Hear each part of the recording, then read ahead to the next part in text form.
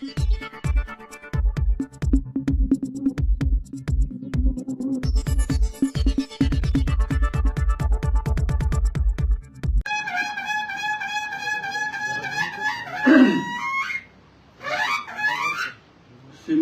जिल्हा पत्रकार संघ आयोजित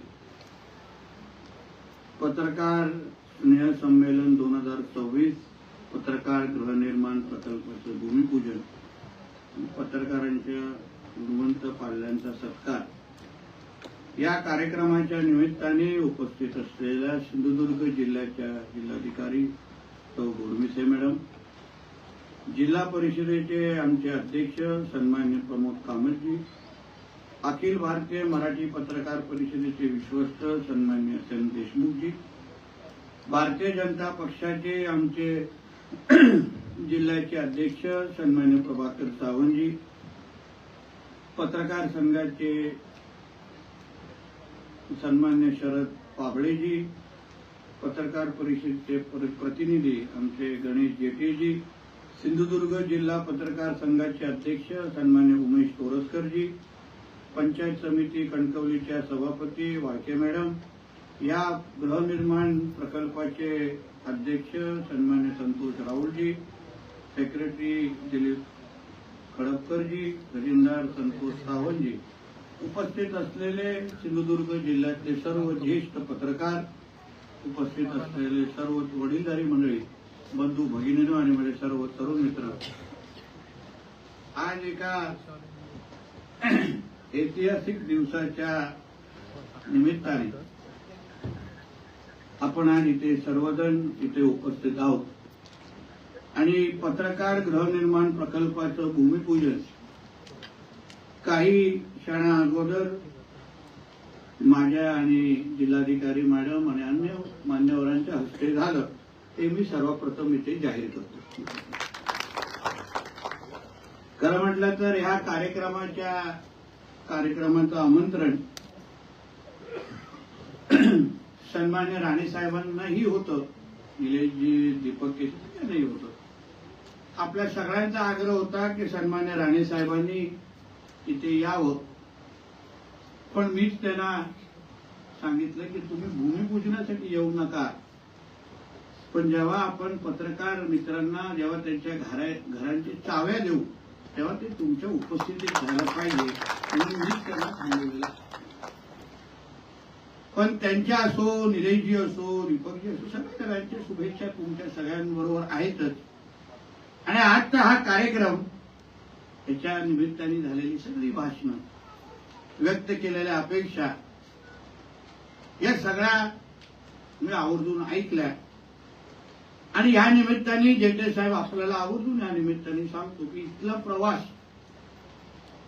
हा राजकीय इच्छाशक्ती आणि माणुसकी हे नजरेसमोर ठेवून आतापर्यंत केलेला आहे. मी आमच्या कलेक्टर मॅडमचा, जिल्हाधिकारी मॅडमचा मनापासून आभार या निमित्ताने मानणार. कदाचित जेठे साहेब त्यांच्याबद्दलचा उल्लेख थोडा कमी आहे असं आमचं दोघांचंही मत आहे. याचं कारण असं आहे, त्याचं कारण आहे काय उगाच त्यांना गोड बोलण्यासाठी तोंडावर बोलत नाही. याच्या अगोदर अनिल पाटील जी होते, त्यांच्या कारकिर्दीमध्ये या प्रकल्पाचं एकंदरीत चर्चा आपण सुरू केली राहुलजी. तेव्हा काय ती फाईल काशव्याच्या स्पीडने चालत होती, हालायलाच तयार नव्हती. पण त्यानंतर आमच्या गोडमिसे मॅडम आल्या, जिल्हाधिकारी मॅडम आल्या आणि मग मी ज्या काही गोष्टी त्यांच्याबरोबर चर्चा केल्या, शेवटी अधिकाऱ्यांची पण इच्छाशक्ती ही तेवढीच महत्वाची असते.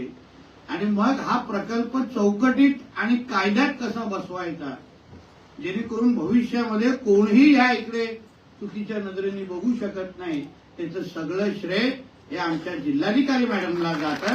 म्हणून मी त्यांचं मनापासून आभार मानतो, मनापासून आभार. शेवटी ह्या सगळ्या गोष्टी घडून यायला लागतात, हे लक्षात घ्या. ह्या काही गोष्टी होत नाही. आता ह्या माझ्या कारकिर्दीमध्ये होत आहेत, हे कदाचित माझ्या आई वडिलांचे माझ्यावर असलेले संस्कार आणि राणे साहेबांनी आमच्यासारख्या कार्यकर्त्यांनी दिलेले विचार, याच्यामुळे या सगळ्या गोष्टी घडत आहेत. मी काय राजकीय दृष्टिकोनातून या सगळ्या गोष्टी बिलकुल करत नाही, हे तुम्हालाही सगळ्यांना माहिती आहे. राणे साहेबांनी जेव्हा मी मंत्री झालो, पालकमंत्री झालो, आशीर्वाद घेण्यासाठी जेव्हा त्यांना गेलेलो तेव्हा काही गोष्टी त्यांनी मला सांगून ठेवलेल्या आहेत. पालकमंत्री म्हणून नितेश राणे असे का निर्णय घेत आहेत, पालकमंत्री म्हणून नितेश राणे अशा पद्धतीने का वागतायत, हे सगळं त्या बैठकीमध्ये आणि चर्चेमध्ये काही गोष्टी ठरलेल्या आहेत. काही गोष्टी त्यांनी माझ्या नजरेसमोर ज्या सांगितलेल्या आहेत. आपल्या ह्या कार्यक्रमाच्या निमित्ताने मी आवर्जून तुम्हाला आपल्याशी निगडीत असलेली गोष्टी सांगितली की नितेश, त्यांनी मला आवर्जून सांगितलं की नितेश, कारभार करत असताना, निर्णय घेत असताना या जिल्ह्याच्या लोकांनी आपल्यासाठी काय केलं, आपल्या कुटुंबाला काय आशीर्वाद दिला आणि त्यांच्यामुळे आज राणे कुटुंब देशात आणि राज्यात नावलौकिक मिळवलं, हे तू कधीही विसरू नकोस, कधीच विसरू नको. आणि प्रत्येक निर्णय घेत असताना माणुसकी दृष्टिकोनात ठेवून निर्णय घे आणि म्हणून आजचा प्रकल्प होऊ शकला, हे मी तुम्हाला आवर्जून सांगितलं.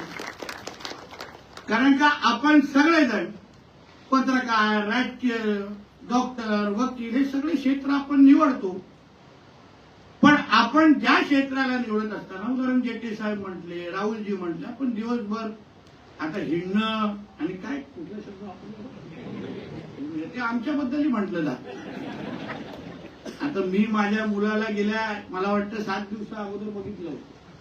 हे आता व्हॉइस कॉल आपलं व्हिडिओ कॉन्फरन्सिंगमुळे आयुष्य सोपं झालं असल्यामुळे मी जेव्हा घरी पोहोचतो तेव्हा आपण झोपला असतो आणि मी जोपर्यंत उठेपर्यंत तो शाळेत गेला असतो. असे 7 दिवस झाले. आता जाऊन उद्या सकाळी भेटेन त्याला.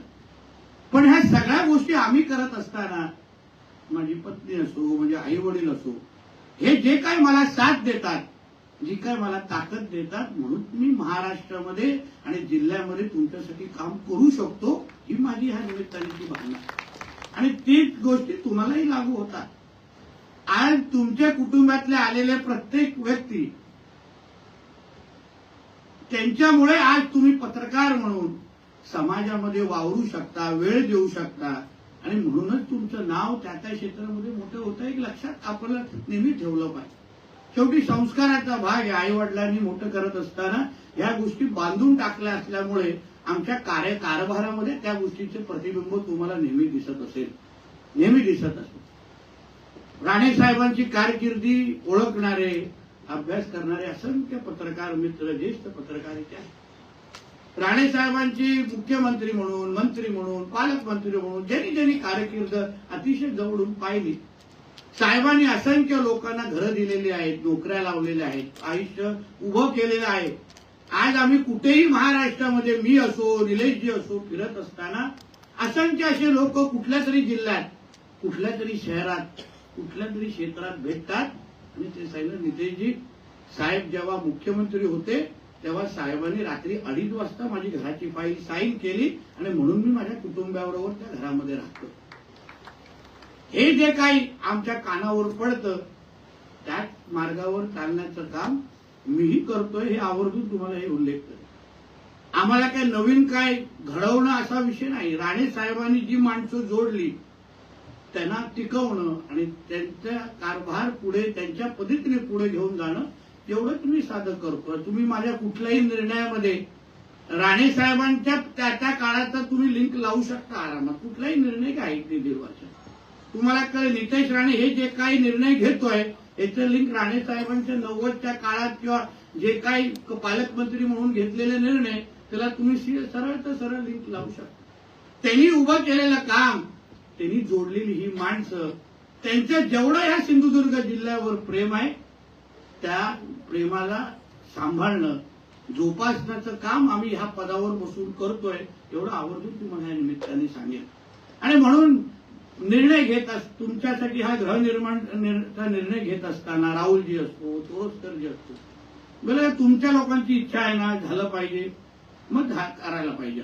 आपण इकडे तिकडे विचार करायचा. कलेक्टर मॅडमशी बोललो, बाकी जे काही सहकार्य असेल मी तुम्हाला करीन. मी राणे साहेबांनी मला एक गोष्ट सांगून ठेवलं की नितेश काम असं कर की इतिहासामध्ये पालकमंत्र्यांची जेव्हा यादी वाचली जाईल तेव्हा जसं माझ्या नाव घेत असताना लोक थांबतील, तर तुझ्या नावात वाचत असताना पण लोक 1 मिनिट थांबली पाहिजे. हे काम तुझ्याकडून मला अपेक्षित आहे आणि तेच मी या निमित्ताने करण्याचा प्रयत्न करतोय. मी आमच्यासारखे कार्यकर्ते, मी माझ्या पूर्ण आमदारकीपासून ते आतापर्यंत मी तसं विरोधी पक्षामध्ये जास्त काळ राहिलेला देशमुख कार्यकर्ता आहे, म्हणून मला ती बाजू जरा जास्त माहिती आहे. सत्तेची सवय तशी मला जास्त नाही, पण मला एवढं माहिती आहे की विरोधात असताना जे काही प्रश्न कानावर यायचे, जे काही मुद्दे कानावर यायचे, त्याच्यासाठी आंदोलन करायचो, सत्तेमध्ये आल्यानंतर अगर त्याला त्या विषयाला सोडू शकलो नाही, ती इच्छाशक्ती दाखवू शकलो नाही, तर मग सत्तेचा फायदा कसा झाला हा प्रश्न नंतर माझ्या मनात निश्चित पद्धतीने येईल. आणि म्हणून तुम्ही ह्या माझ्या कारकिर्दीमध्ये तर शेवटी अमरपट्टा घेऊन कोणच आलेला नाहीये, पण जेवढा काय ह्या पदावर बसलोय नितेश राणे जिल्ह्याला फक्त देणार एवढं समजून तुम्ही माझ्याकडून अपेक्षा करा. काही माझ्याकडे घेण्याचा आमच्याकडे विषय नाही, आमच्याकडे आउटगोईंग फ्री आहे, इनकमिंग बंद झालेली आहे. चांगली स्कीम आहे, प्रत्येक मोबाईलवाले घेऊ शकतात. पण मी तुम्हाला सांगतो सगळे निर्णय जेवढे आहेत, आता मॅडम जिल्हाधिकारी मॅडम कसे बोलल्या, आम्हाला प्रत्येक बाबतीमध्ये एक नंबर आम्ही का राहतो, तर आम्ही तडजोड करत नाही. जिल्ह्याच्या निधी खर्चा बाबतीमध्ये असो, माझ्याकडे वाडी वस्त्यांमध्ये आपले जे वंचित समाज आहे, वाडी वस्त्यांची नावं वर्षानुवर्ष बदललेली नव्हती. जातीवाचक जी वाडी वस्त्यांची नाव आहे, असंख्य वेळी समाजाने आंदोलन केली, मागण्या केली. माझ्याकडे आलं, मी निर्णय घेतला, मोकळा झालो. नाही चुकीचं आहे ना, लोकांना आवडत नाही, लोकांचा त्याच्यावर आक्षेप आहे, थांबायचं नाही, निर्णय घ्यायला मोकळा झालो. निर्णय घेतल्यानंतर लोक अरे साहेब तुम्ही असं कसं निर्णय घेऊ शकला, एवढ्या वर्षानुवर्षाचा घेतला ना, तुम्हाला घेतला नव्हता ना, कदाचित तो माझ्या नावाने दिला होता म्हणून मी घेऊन टाकला. म्हणून मी तुम्हाला सांगेन की आता मी काय लांबलचक भाषण करायला आलो नाही, तर याच्यानंतर चांगले तुमचे कार्यक्रम आहेत. पण ह्या निमित्ताने तुम्हाला मी सांगेन, माझ्या पूर्ण ह्या प्रवासामध्ये अशक्य वाटणाऱ्या जेवढ्या गोष्टी आहेत तेवढा मी हात घालणार आणि ते करून पण घेणार, हा विश्वास तुम्हाला मी निमित्ताने देतो. मला ह्या जिल्ह्यामध्ये बदल घडवायचा आहे. माझ्या वडिलांनी बघितलेले प्रत्येक स्वप्न आज जेव्हा तुम्ही त्यांच्याकडे जात असाल की नितेश राणेच्या कारकिर्दीमध्ये तुम्ही या भूमिपूजनामध्ये या, मला माहिती आहे ते जास्त तसं आमचं कौतुक करत नाही, पण मनामध्ये बरं वाटत असेल पण ते कधी बोलणार नाही. पण ते क्षण त्यांना जास्तीत जास्त मिळावे, कारण का त्यांनी त्यांच्या आयुष्याचा प्रवास आता करत असताना सिंधुदुर्ग जिल्ह्याच्या बाबतीमध्ये असं एक मिनिट तुमच्या सगळ्यांबद्दल विचार केला नाही, असं कदाचित त्यांच्या दिवसामध्ये एकही मिनिट नसेल. म्हणून तुमच्या सगळ्यांसाठी, जिल्हावासियांसाठी जेवढं काय जास्त मी करू शकतो, जे काही निर्णय घेऊ शकतो, अशक्य वाटणारे सगळे निर्णय जे काही चौकटीत बसून मी घेण्याच्या पूर्ण ताकदीने मी प्रयत्न करणार आणि जेवढं शक्य हे करून पण घेणार, हा विश्वास तुम्हाला मी आजच्या निमित्ताने निश्चित पद्धतीने देणार आहे. विकासकांना मी मनापासून मी त्यांचा आभार मानेन आणि अभिनंदन.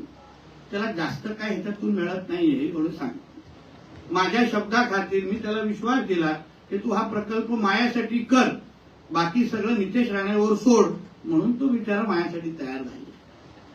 पण अशा पद्धतीच्या त्यांनी पण बघा त्याचा काम करत असताना त्यांनी माणुसकी जोपासली आणि म्हणूनच त्यांनी आज त्याचा सत्कार करून त्याला ती जबाबदारी आपण देऊ शकतो. आणि म्हणून आपण सगळेजण हा प्रवास करत असताना पत्रकार म्हणून, आम्ही राजकीय लोक म्हणून, विकासक म्हणून, माणुसकीच्या दृष्टिकोनातून जेव्हा आपण निर्णय नजरेसमोर ठेवून जेव्हा आपण निर्णय घेतो तेव्हा आपण कधीही चुकत नाही, लोकांचे आशीर्वादच भेटतात असा मानणाऱ्यापैकी मी असल्यामुळे एक चांगल्या प्रकल्पाच्या निमित्ताने आज आपण सुरुवात करतोय. प्रकल्प वेळेतच होईल, चिंता करू नका. आपण फार बारकाईने माझ्या सगळ्या प्रकल्पांवर माझ्या वैयक्तिक लक्ष असतं. प्रकल्पाची वेळ आणि दर्जा या दोन्ही गोष्टीवर निश्चित पद्धतीने माझं लक्ष असेल. आणि आज जसं आपण इथे एकत्र आलेलो आहे, भूमिपूजन आज झालं असलं तरी लवकरच जेव्हा हा प्रकल्प पूर्ण होईल, देशमुख साहेब तुम्हाला आणि अन्य तुमच्या सहकाऱ्यांना माझी इच्छा असेल महाराष्ट्राचे मुख्यमंत्री देवेंद्र फडणवीस साहेब पण त्याला यावे, राणे साहेब यावे, जेणेकरून राज्यामध्ये असा एक आदर्श प्रकल्प कुठे झाला तर तो आमच्या सिंधुदुर्गामध्ये झाला, हे आपण अभिमानाने या निमित्ताने बोलू शकतो. म्हणून मी आमचे राहुलजी असतील आणि त्यांचे सगळे सहकारी तोरसकरजी, दिलीप खडपकरजी, फार ते लोकांनी या प्रत्येक आतापर्यंतच्या या प्रवासामध्ये हा कार्यक्रमापर्यंत त्यांनी धावपळ केली, तुमच्या सगळ्यांपर्यंत संपर्क केला, प्रकल्पाबद्दल माहिती दिली. मी हेही विनंती करून ठेवते थांबणार आहे प्रकल्पाबद्दल आपण चांगलंच बोललं पाहिजे. काही गैरसमज, काही चुकी, कमी माहिती असेल तर येऊन ह्यांच्याशी बोला आणि क्लिअर करा. आपण तिथे कोणाला वास्तू किंवा घरं देतोय, कुठलीही नकारात्मक भूमिका, नकारात्मक विचार ह्या निमित्ताने बिलकुल कोणच ठेवू नका अशी विनंती मी ह्या निमित्ताने करणार. नाही तर आमच्या कोकणात चांगलं काहीतरी घडायला गेलं तर असतात आपल्यातले काही कुठल्या तरी किस काढण्यासाठी, पण ते होऊ नये असा मताचा मी आहे. एक चांगला विचार आणि अतिशय सकारात्मक, मनात काही नसताना फक्त एक चांगला प्रकल्प आमच्या इकडच्या पत्रकारांच्या कुटुंबासाठी, त्यांना हक्काची घरं मिळावी, त्यांची ही मुलं चांगल्या वातावरणामध्ये मोठं व्हावी, हा एक चांगला हेतू ठेवून हा केलेला हा प्रकल्प आहे. मला विश्वास आहे काही वर्षामध्ये जे काही काळ ठरलेला आहे त्याच्यामध्ये हा प्रकल्प उभा राहील आणि आपण चाव्या देण्यासाठी लवकरच भेटू एवढं ह्या निमित्ताने सांगतो. इथेच थांबतो. जय हिंद, जय महाराष्ट्र.